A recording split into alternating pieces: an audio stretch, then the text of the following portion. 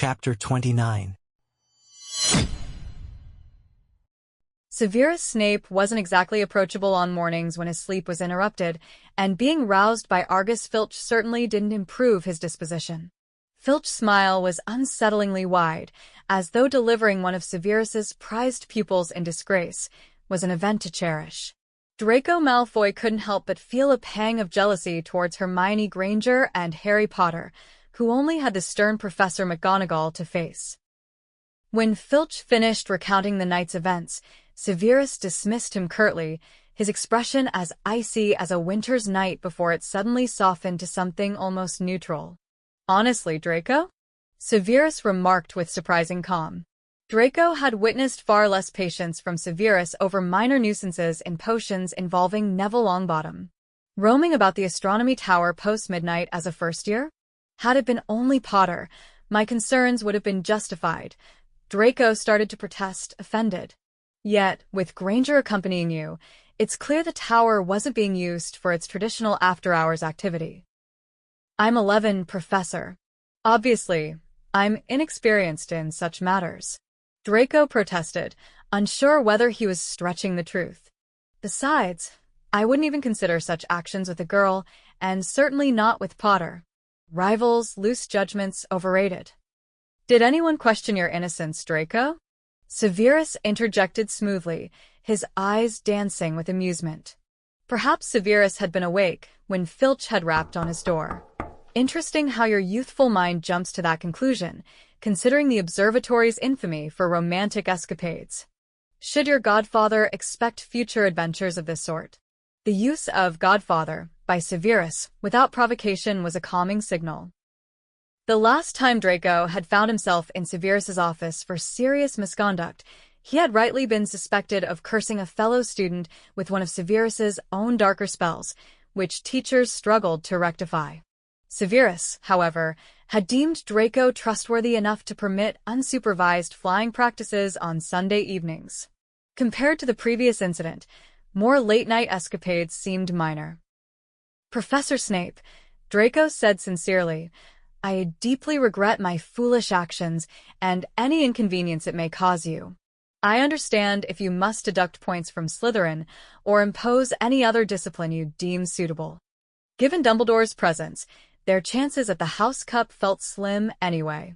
You probably desire an explanation, and I can only say I learned that my crucial study partner, Granger, though she may be insufferable, is irreplaceable for my academic needs because I intend to become an unspeakable, yes," Severus completed with a hint of irony. "Go on." "I discovered she was being roped into some reckless plan by Potter, but by then it was too late to intervene.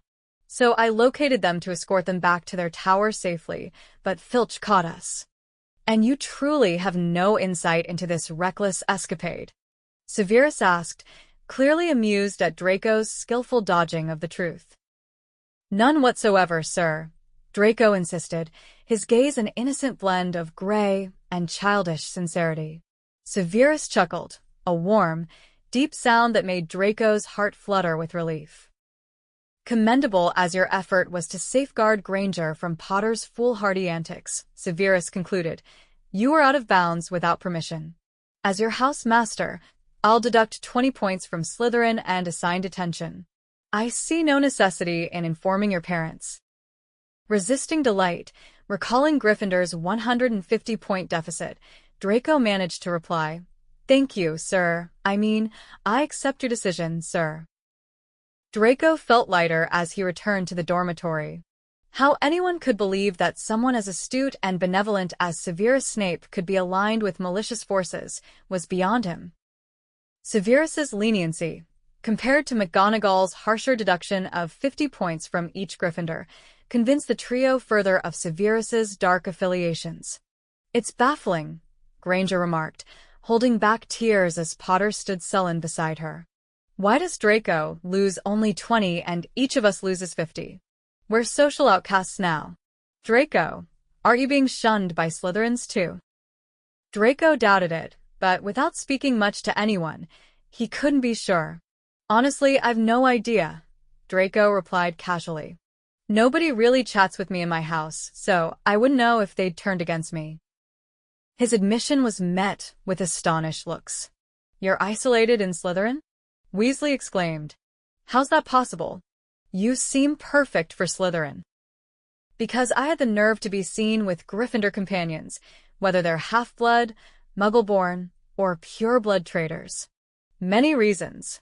Perhaps some still suspect me of letting that dungeon troll loose on Halloween. Still, Weasley asked incredulously as Potter's face revealed his distrust. If you must know, Potter, Draco stated, I realize you suspect Professor Snape of releasing it, which isn't the case. If he needed a diversion, he'd conjure something far more sophisticated than a troll. Fair's fair to my peers. I did joke about Malfoy's ruling trollkind without knowing they took it seriously. Considering Draco, none of the trio seemed surprised. Weasley nodded in agreement. Yeah, it's hard to discern when you're serious or joking. Draco decided to overlook the critique on his excellent humor. Soon enough, Weasley would concede Draco's comedic superiority. What puzzles me is how Longbottom ended up tangled in all this, Draco remarked, folding his arms. Unusually, he hadn't been present for any instigation this time. Harry's face reflected guilt. Longbottom awoke to find Ron and me absent from our dormitory. After being caught in that midnight duel incident, he likely feared we were up to another mischief, so he tried tracking us down to bring us back. Could Longbottom finally be shaping up to fit Gryffindor's daring mold? Fending off monstrous serpents might just be a notch more challenging. If you even consider dragging him to our study circle now that he's shunned by all, I might have to delve into my library of troll charms to conjure one against him. A peculiar side benefit of Harry and Hermione's scandalous reputation among their peers was, along with the looming exam stress, that it pushed them to linger more in Draco's company. His study nook became a sort of asylum, where no one dared utter a slur or cast judgmental glares with Draco around.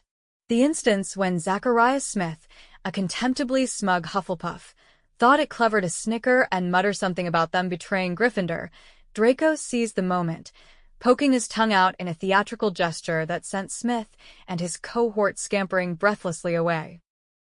Ron burst into such uncontrollable laughter he nearly toppled from his chair, while Hermione sighed with convincing reluctance, a faint smile tugging at her lips. Draco idly flicked at the Kali symbol adorning her bracelet, teasingly wiggling his tongue in her direction too. Only Harry seemed genuinely disapproving. It's one thing to hex Seamus so horribly, Harry exclaimed indignantly. But now you're resorting to using it to daunt anyone who even glimpses at me wrongly? Listen here, Harry. Draco sighed resignedly. We need to clarify. First, I wasn't intimidating that dim-witted grunt for your or Weasley's sake. Hermione is my companion, and you two merely clutter up her time, which I endure, begrudgingly imagining elaborate ways to cast you away. Should you presume I'd rally to defend you, you're just as self-important as Snape thinks. And secondly, hex Seamus? Are we speaking of Seamus Finnegan? That noble Gryffindor example? Honestly, I haven't the foggiest notion what you imply. Harry managed to infuriate Draco further when, merely a week out from exams, he brought tales of eavesdropping in the library. Snippets occasioned from Quirrell, who seemed cornered and terrified, caving to an unseen figure's demands. Ron immediately jumped to conclusions. Snape's achieved it. If Quirrell's unveiled how to bypass his anti-dark forces. But then there's still Fluffy, Hermione chimed in, disregarding Draco's irritated frown. So, do you still suspect Quirrell's the mastermind intending to pilfer the stone? Harry prodded at Draco, triumph unmasked. Now that we know his real aim was its protection, but someone's intimidated him for the... Mark my words, Harry. Draco replied with clenched teeth, I'll remain convinced until I see your ceremonial entrance into Slytherin colors. Perhaps Snape's managed to find a way past, without needing Hagrid's help, Ron surmised, glancing at the towering shelves around them. There's bound to be a book somewhere here, an old manuscript on pacifying a tri-headed beast. What should we do, Harry? Consult Dumbledore. That's what prudent action dictates. Attempt anything ourselves, and our expulsion is on the horizon. Draco appreciated Hermione's practical guidance, though knowing Potter's track from her expression, doubted it would be followed.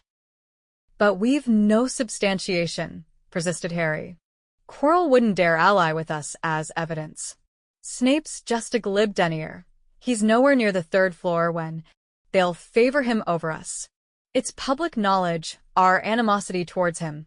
Hence, they'd think it a fabrication for his dismissal. Harry's resolve stiffened at Draco's skeptical scrutiny. You see, not even Draco trusts us. How can we expect Dumbledore might? Filch would turn scornfully away.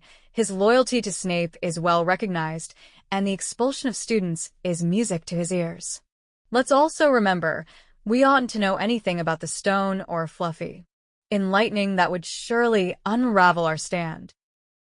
What you failed to elucidate, Harry, Draco drawled, is why anyone refraining from massaging your ego unquestioned becomes irrefutable proof of them masterminding a grand dark wizard conspiracy. No one's pandering to me, Draco, in case that's escaped you. Everyone loathes me since those house points vanished, which would not have happened had you not mislaid the cloak atop the tower. Evidently now that debacle's my doing. Boys. The next morning greeted Draco with more attention than anticipated as a note landed before him during breakfast, inviting curious stares from fellow Slytherins and used to him receiving correspondence. Once regular, lavish packages had become a forgotten past. The note simply read, "Your detention is scheduled for 11 o'clock this evening. Gather at the entrance hall under Filch's watchful eye. Professor Snape. P.S. Opt against fancy footwear, for once, fashionmonger." Blaise, peering unnoticed over Draco's shoulder, scoffed. "Oh, it's mundane," he reported to nearby first years. "Only detention." "What were you expecting?" Draco retorted with a roll of his eyes.